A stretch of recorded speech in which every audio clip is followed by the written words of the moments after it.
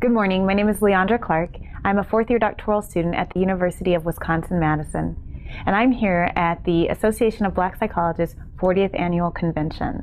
It's August 3rd, 2008, and I have the honor of interviewing Dr. Benson Cooke. Dr. Cooke, yes. To start off with, I just want to find out a little bit about your background, where you're from, where you grew up. Okay. Originally from Toledo, Ohio. Okay. And after completing high school there, I traveled to Atlanta, Georgia, to Morehouse College. I had heard so much about it. And in fact, the experience I had in Toledo was such that I really wanted to experience a HBCU experience, historically black college experience, primarily because I felt that there would be so much more that I could gain in terms of an understanding of the important contributions that were made historically to the African American community by having that kind of experience. I had read about all of the people who had come from Morehouse, and I figured if that kind of spirit or energy had existed for all of those years, maybe I could just get a piece of it. Wow.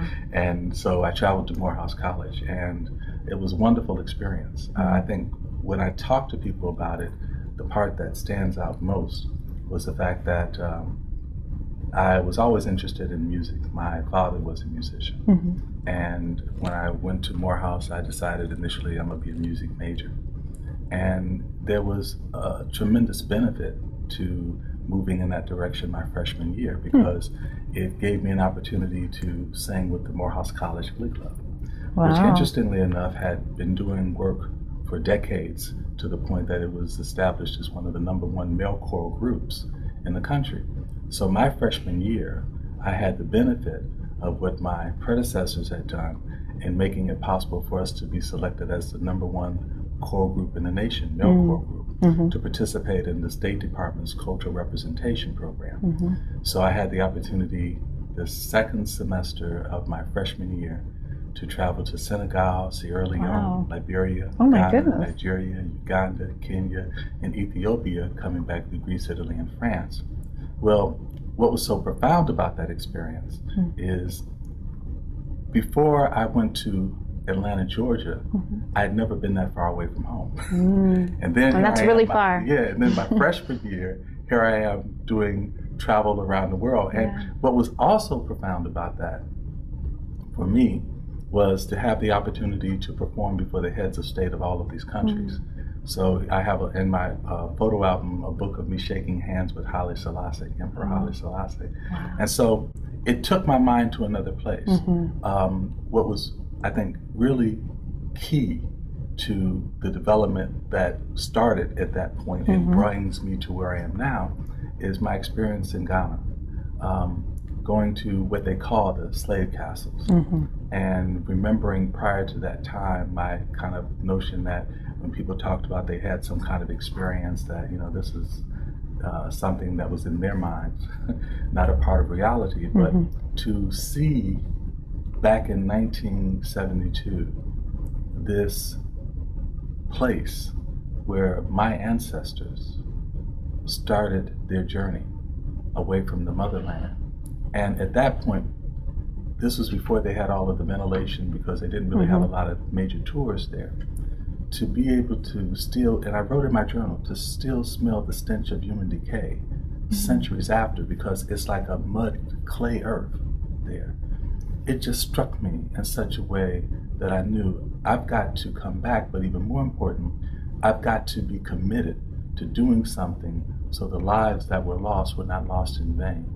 So it started me off my freshman year on a mission, which ironically, my sophomore year, well, really second semester of my freshman year, but the first semester of my sophomore year, led me to this class of this man who talked in his psychology class and brought people in to speak in his psychology classes on those issues that were very parallel to that experience I had in Africa. And that was Naim Akbar.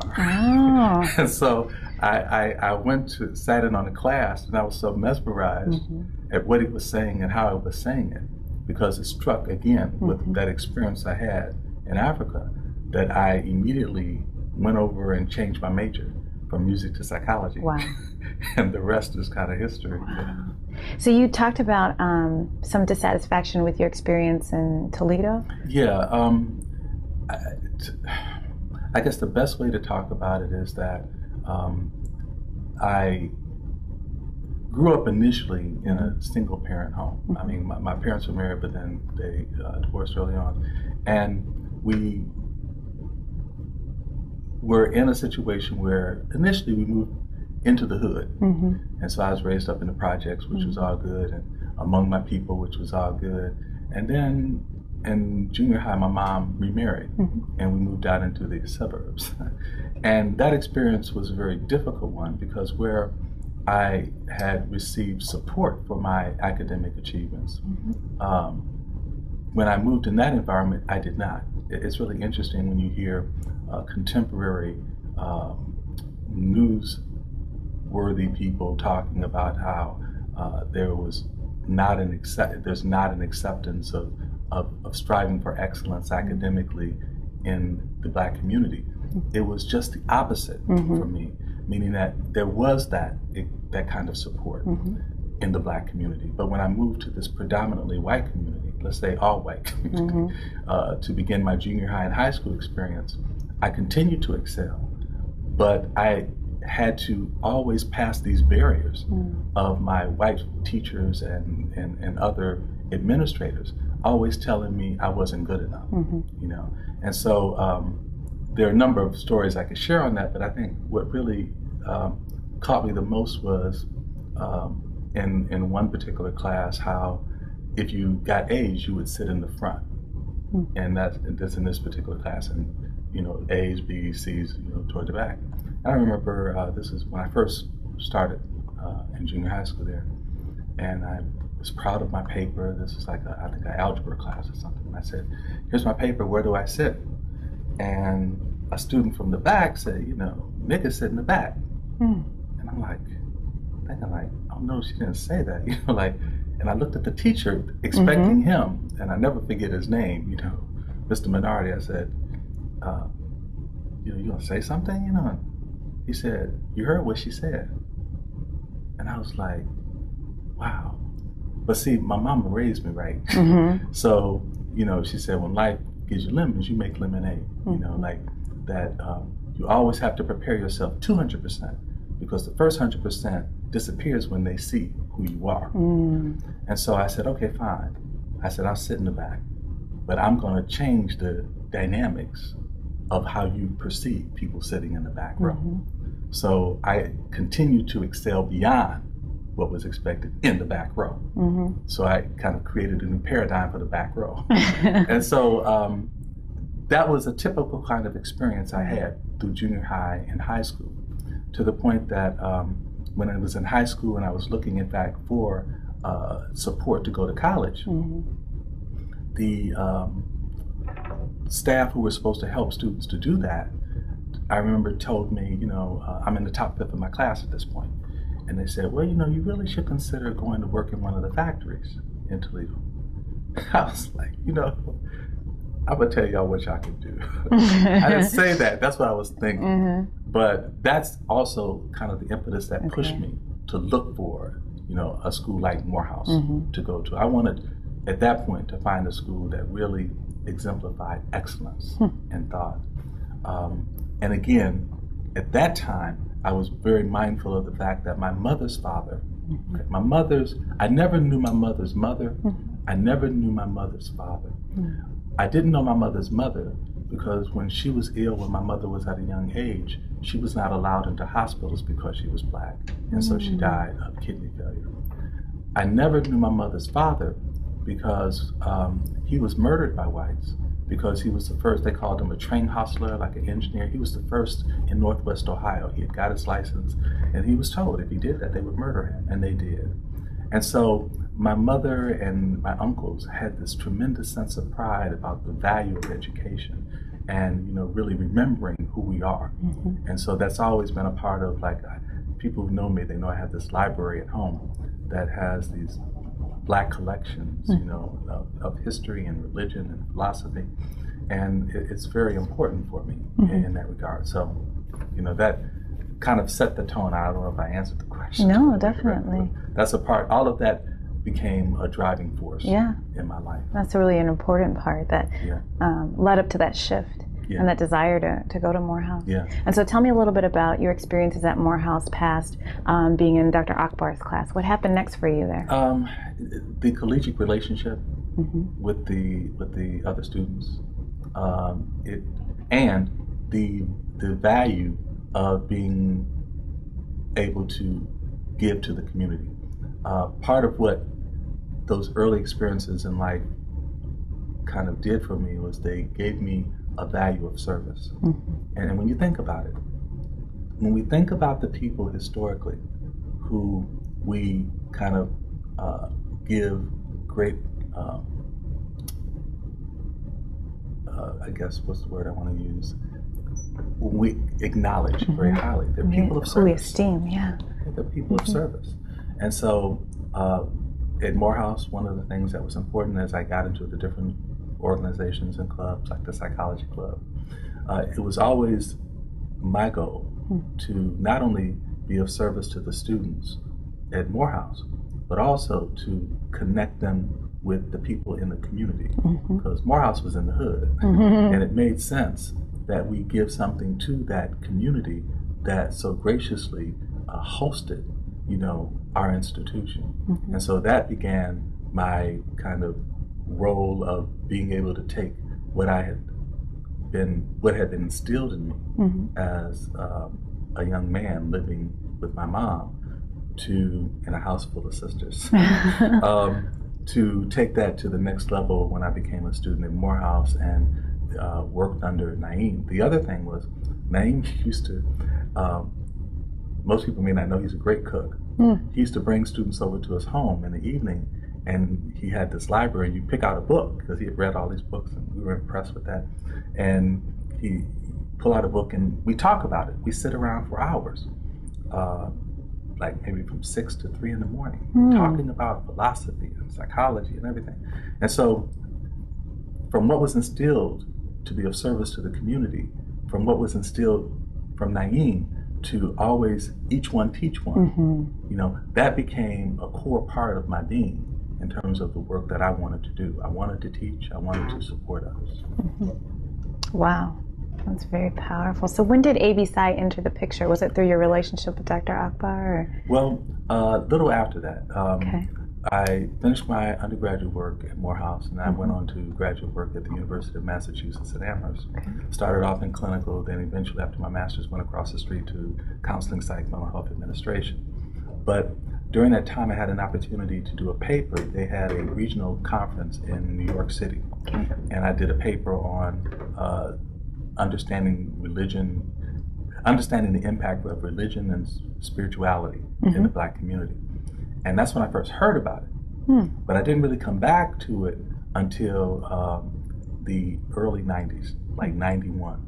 I attended a convention. In fact, 92, I made a commitment that from that point on, I would always make a convention, and I would always make a presentation, and that I would always find a place where I could be of service at the local level, at the regional level, or at the national level. And so since that time, I've had the fortune of being considered by my peers as, I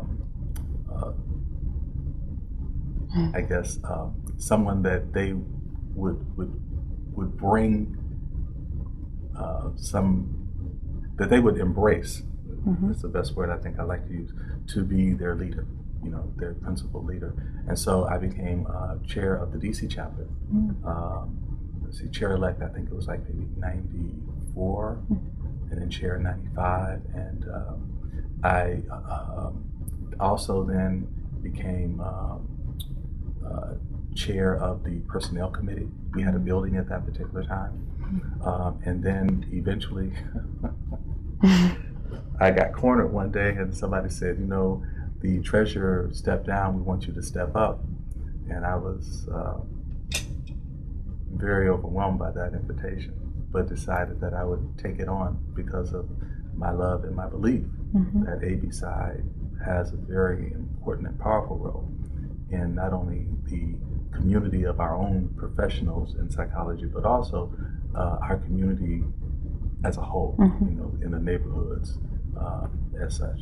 So I became treasurer, initially appointed, elected twice, and then eventually where I am now, president-elect of the association. And congratulations. Thank you very much. And so in all the experiences that you've had in AB Psy, how has that impacted your career trajectory, your career experiences? Good question. Currently, I am an associate professor, so teaching is something I really love.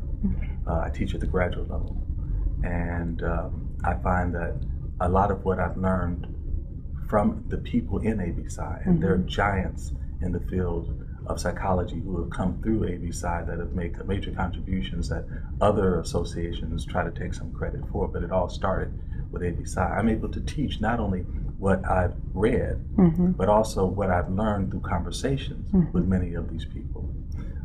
At the same time, through the work that I've done prior to this job, when I was an assistant director at the Counseling Center at George Mason University, where I was engaged in providing individual counseling and therapy and providing supervision, I was able again to take what I've learned by my having been honored to be a supervisee of, you know, these giants, you know, that have kind of taught me how to apply from a culturally competent perspective treatment, especially to Black folk.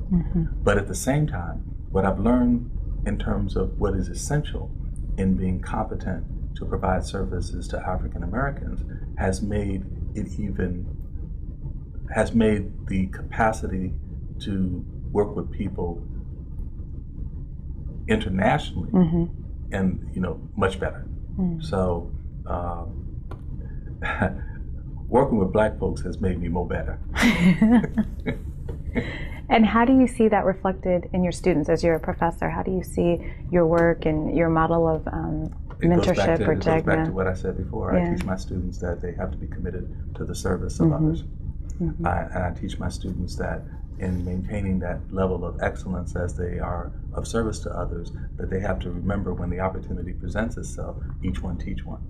You know, that you have to always better yourself, make yourself more better. You have to always do that. And I learned that from not only my mom, but I learned that from Naeem, I learned that from Wade, I learned that from Bobby E. Wright, I learned that from all of those people who had a profound influence on my life. The names are, just go on and on and on.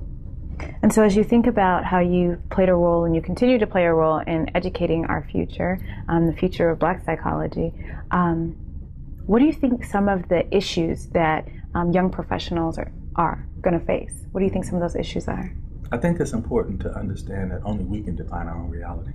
Only we can recognize those important areas of self and culture, the relationship between self and cultural awareness, the power of family, group, community connections, the grounding that comes from spiritual growth, the reflection that comes from looking at what it's made it possible for us to be as resilient as we have been in spite of the circumstances that we've gone through, in ways that we can, with distinction, recognize the power we still have in terms of our self-awareness. And then finally, to not forget that educational and economic growth kind of fit into that whole template of what is required for us to be self-empowered.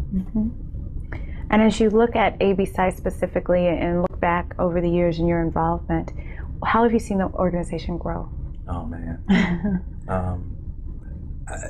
I would have to say a caveat to that is having been able to listen to our elders and hear them talk about where AB Psy started in '68 to where it is now. We've come a long way, but we have so much more to do. We really have so much more to do.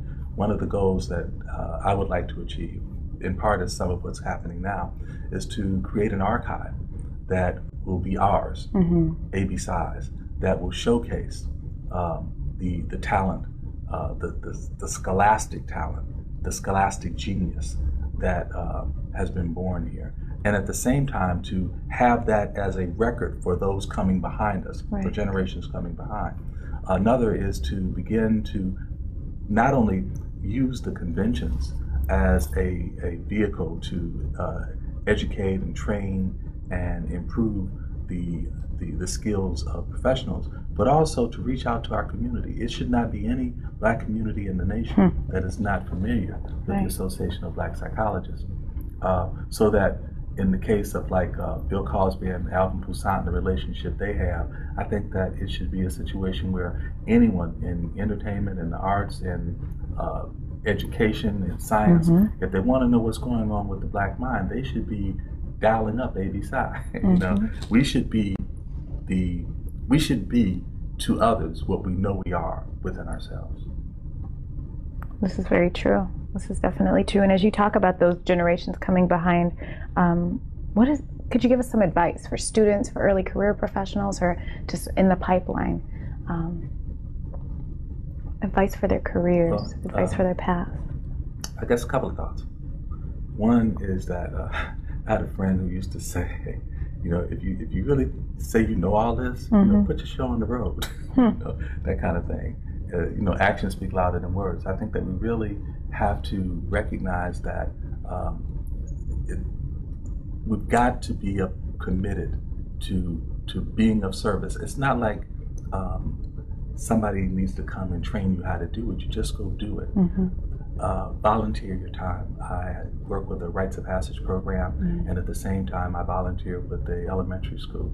It's not that I'm getting paid for it. It's not even, you know, about them saying, oh, we're going to, you know, give you something in compensation. It's about recognizing that the young people that I'm helping will eventually be able to help other young people when they move to where I am. I think that's really one of the most fundamental things. Secondly, is to really, my mom used to always say, during those times when I was struggling through issues, she would say, boy, I love you and God loves you. And that was really important for me in the early years. I mean, I'm very close with my father now, but in those early years when there was not that close relationship, what that meant to me is that I mattered, that I had something to offer. And in part, that last part, God loves me. Right. She used to basically help me understand through the readings of other people like Howard Thurman that we're really spiritual beings on a human journey, not human beings on a spiritual journey. And that there's something in us that is more powerful than we have been told. As long as you're in contact with that and allow that to guide you, nothing can stop you. And so I think connecting those two points become really important to be of service to others and to recognize that you have something of a divine spark in you, and that if you put that together with the reality that you're here for a purpose, then you can bring you to whatever it is that you do in a way that it helps to not only continue to uplift you, but uplift others as well. So in closing, if I could ask you, if you could say in a sentence or two what A.B. Psy has meant to you, meant to your journey, meant to your... or maybe 3 or 4. A.B. Psy has given me an opportunity to really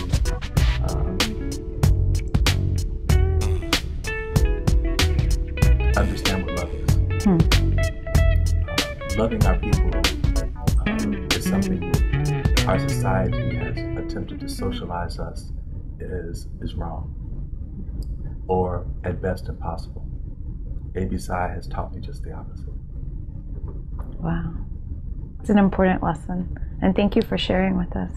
I appreciate your time today. Well, appreciate your interview. It's been an honor. It's been my honor. Thank you. Thank you so much. This is Leandra Clark. I'm at the Association of Black Psychologists 40th Annual Convention, and I've just had the honor of interviewing Dr. Benson Cooke. Thank you for tuning in.